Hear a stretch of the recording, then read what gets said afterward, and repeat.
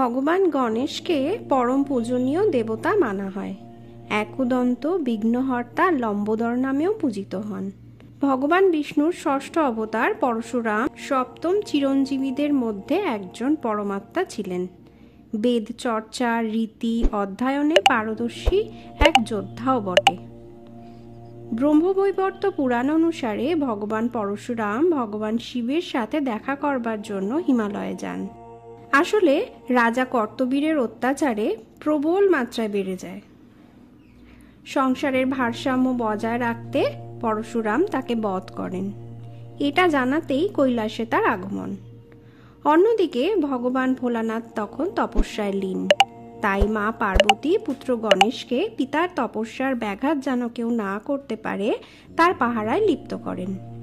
শ্রী গণেশ কৈলাসের মুখ্য দরজায় পাহারার কাজে লেগে পড়েন। সেই সময় ক্রুদ্ধ পরশুরাম কৈলাসে আগমন করেন। শ্রী গণেশ তাকে প্রবেশে বাধা দেয়। ক্রুদ্ধ ভগবান পরশুরাম শ্রী গণেশকে বিচিত্র প্রাণী বলে সম্বোধন করেন। শ্রী গণেশ নিজের পরিচয় দিয়ে বলেন, মাতৃ আজ্ঞা পালনে আমি এখানে প্রহরারত। ভগবান ভোলানাথের ধ্যান ভঙ্গ হলে ত্রিলোকে প্রলয় আসবে, তাই পরে দেখা করার অনুরোধ জানায়।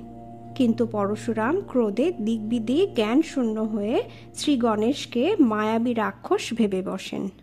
অনেক অনুরোধ ও নিজের পরিচয় দেওয়ার পরও পরশুরাম কিছুতেই শান্ত হন না। শুরু হয় দুজনের মধ্যে মহাপ্রলয়কারী যুদ্ধ। সেই যুদ্ধেই শ্রী গণেশের একটি দাঁত ভেঙে যায়। ব্যথার কান্নায় শ্রী গণেশ কাঁদতে শুরু করেন। গণেশের কষ্ট দেখে মাতা পার্বতী প্রচণ্ড রেগে যান ও পরশুরামকে অস্ত্রাঘাত করতে উদ্যত হলে পরশুরাম শান্ত হন ও ক্ষমাপ্রার্থী হন। সেই সময় মহাদেব প্রকট হন, উভয় পক্ষকেই শান্ত করেন ও নিয়তির লীলা বলে মনে করিয়ে দেন দুজনকেই। শ্রী গণেশের একদন্ত হয়ে থাকার ভবিষ্যৎবাণীর কথাও বলেন।